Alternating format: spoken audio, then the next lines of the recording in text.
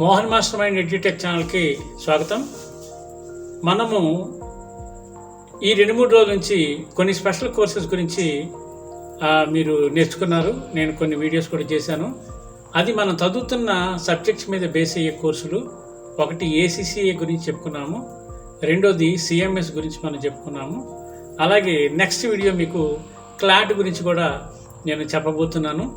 అలాగే ఇవి కాకుండా మనకి స్టేట్ గవర్నమెంట్లో కానీ సెంట్రల్ గవర్నమెంట్లో కానీ జాబ్స్ చేయాలి అంటే ఎటువంటి ఎగ్జామ్స్ రాయాలి అనే విషయాన్ని కూడా మీకు ఇక్కడ తెలియపరుస్తాను అన్నమాట. అయితే ఫర్ ఎగ్జాంపుల్ మీరు స్టేట్ గవర్నమెంట్లో జాబ్ చేయాలని అనుకున్నారనుకోండి, స్టేట్ గవర్నమెంట్లో చాలా ఎగ్జామ్స్ ఉంటాయి. ఆ ఎగ్జామ్స్ మీరు రాయాల్సి వస్తుంది. ఓకే, వాటి గురించి తర్వాత మాట్లాడుకుందాం. ఇప్పుడు ఫర్ ఎగ్జాంపుల్ కొంతమంది navy, military, army, air force దీంట్లో వాళ్ళు జాబ్ చేయాలనుకుంటున్నారు. అయితే దీంట్లో మీరు జాబ్ చేయాలి అనుకుంటే కంపల్సరీగా NDA ఎగ్జామ్ అనేది ఒకటి రాయాలి, నేషనల్ డిఫెన్స్ అకాడమీ అనేది. దానికి సంబంధించిన క్వాలిఫికేషన్స్, సిలబస్ ఏంటి అనేది మీకు వీడియోలో తెలియజేస్తాను. అలాగే కొంతమంది స్టూడెంట్స్ అడిగారు, సార్ నేను రైల్వేలో జాబ్ చేయాలని ఉంది అని. నువ్వు రైల్వేలో జాబ్ చేయాలని ఉంటే RRB ఎగ్జామ్ రాయాలి, రైల్వే రిక్రూట్మెంట్ బోర్డు అంటారు.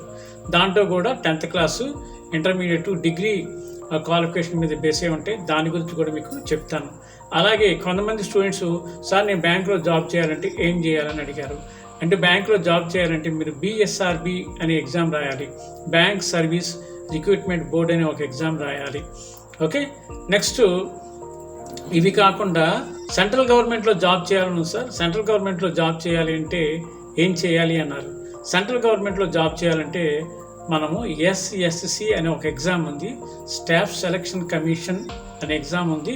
ఆ ఎగ్జామ్ తాలూకు క్వాలిఫికేషన్స్ వివరాలన్నీ మీకు తెలియజేస్తాను. ఆ ఎగ్జామ్ కనుక మీరు పాస్ అయినట్లయితే మీకు సెంట్రల్ గవర్నమెంట్లో జాబ్ చేసుకునే అవకాశం ఉంటుంది.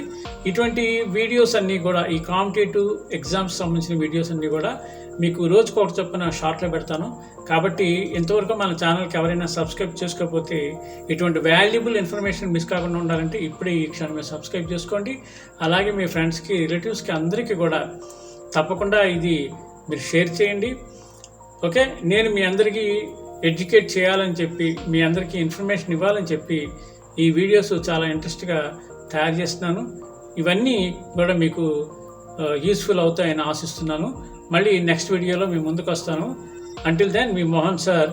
Bye bye.